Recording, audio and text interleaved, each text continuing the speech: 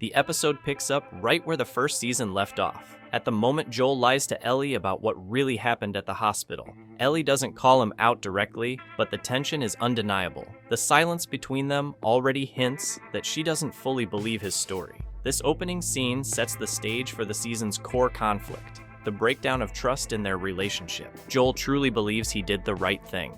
He clings to the lie as a way to protect both Ellie and himself from the weight of the truth. But the emotional distance between them is already there. The show doesn't need to spell it out. It's in how they avoid each other, how Ellie doesn't respond, how Joel hesitates. Abby is introduced quietly, yet powerfully. She appears standing before the graves of the fallen Fireflies, among them the Dr. Joel killed in the hospital, her father. This moment marks the beginning of the revenge arc that will drive much of the season. Unlike the game, the series chooses to bring Abby in earlier, establishing her pain and motivations without needing flashbacks. This is key. It helps the audience immediately connect the ending of last season to the new conflicts brewing. Other Fireflies are present, and there's mention of Isaac, the leader of a more structured group known as the WLF. While we don't dive into the details yet, Isaac's name signals that the coming conflict won't just be personal. It'll be ideological and military too. The scene isn't about action, it's about preparation. Abby isn't charging in. She's watching, absorbing, choosing her next move. This directorial choice gives her depth from the start, not just showing her anger, but the emotional burden she carries with it. It's been 5 years since the hospital events, and now we see Jackson as a beacon of stability in a broken world. The community has grown, it's organized, functioning. Joel seems more integrated into the community now, but he's still shaped by deep-rooted mistrust. His conversation with Maria reveals his fear that allowing new survivors in could threaten their resources. This conservative stance reflects his mental state. He's lost too much, and now he's afraid of losing what little he has left. Another key moment is the introduction of Dina. Unlike her brief cameo in Season 1, she gets more screen time here. The decision to give her a stronger presence suggests how important she'll be in Ellie's emotional arc. Ellie is now 19. She's grown up, matured, and become more independent. The show reflects this visually through scenes of physical training and hand-to-hand combat. Her fight with a stronger opponent highlights the tension between how others still perceive her, fragile perhaps, and how she wants to be seen.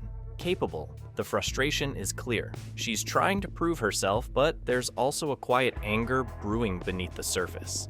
Her relationship with Dina starts to develop here in a more natural, organic way. Small conversations and casual interactions reveal a level of emotional openness Ellie doesn't share with anyone else, not even Joel. Joel remains one of the show's most complex characters. He's more involved in the community now, but still carries the weight of someone who's never truly moved on from the past. This is made especially clear in 2 moments: his therapy session with Gale, and the silent reunion with Ellie at the end. In his session with Gale, Joel finally speaks aloud what he's been holding in. He admits he saved Ellie, and he seems to believe it was the right thing to do.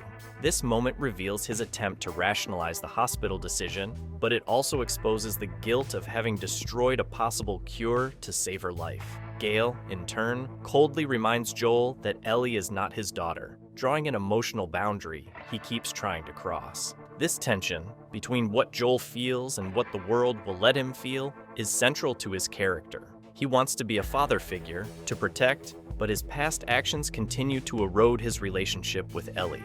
The show avoids dramatic confrontations, opting instead for silence, distance, and subtle gestures. Like his care for the guitar, Ellie no longer plays. His conversation with Dina is also telling.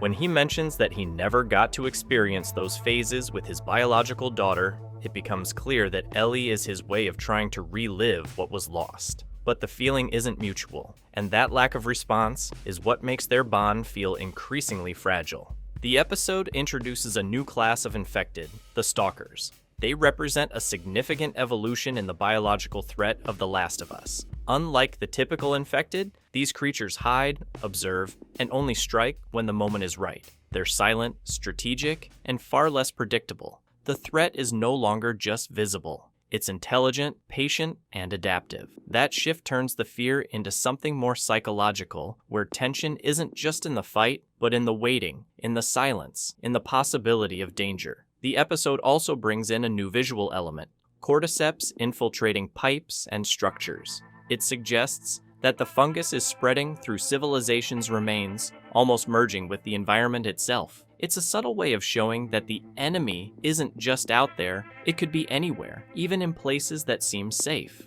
Another key moment is Ellie getting bitten during this sequence, and what she does next? She cuts the skin to hide the scar. Once again, it reinforces how her immunity isn't something to show off. It's something to conceal, even from the people around her. The scene in Ellie's room, where the guitar appears for the first time, is loaded with symbolic meaning. Even without a single word, the object clearly represents the current state of her relationship with Joel. In the game, the guitar carries emotional weight. It's a gift from Joel, given along with a promise to teach Ellie how to play. The show hasn't directly shown that moment yet, but the guitar's placement, covered in dust, says it all. She hasn't played it in a long time, and the bond between them is stuck in time, worn out. Joel's reaction to the dusty guitar is intentional. He offers to change the strings, which can be interpreted as a subtle attempt to fix not just the instrument, but their emotional connection as well. However, Ellie's response is cold and distant. Joel's gesture doesn't bring them closer. It only emphasizes how damaged their relationship has become. The barn dance is one of the most emotionally charged moments of the episode, despite being a celebration. The show adapts this scene directly from the game, but places it differently in the timeline. Instead of a flashback, it plays out in the present as a continuous part of the narrative. During the event, Ellie and Dina share an intimate moment, which strengthens their bond and shows Ellie opening up emotionally, something rare for her. But that closeness is quickly shattered by outside conflict, and by Joel's impulsive intervention.